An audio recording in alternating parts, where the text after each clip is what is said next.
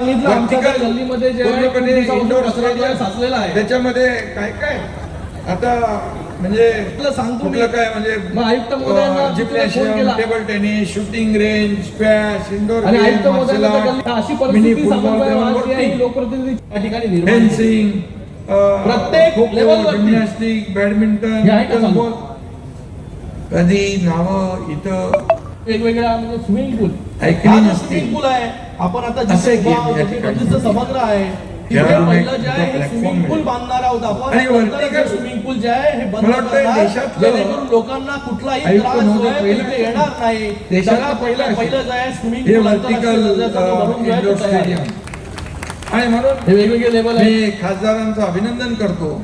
जे पार्किंगची व्यवस्था जी आहे 360 पार्किंग होऊ शकतात. जे कोणी करत नाही फॅसिलिटी जी आहे ते केलं त्याला महत्व असतं. जिल्हा वार्ता, जनतेचा आवाज.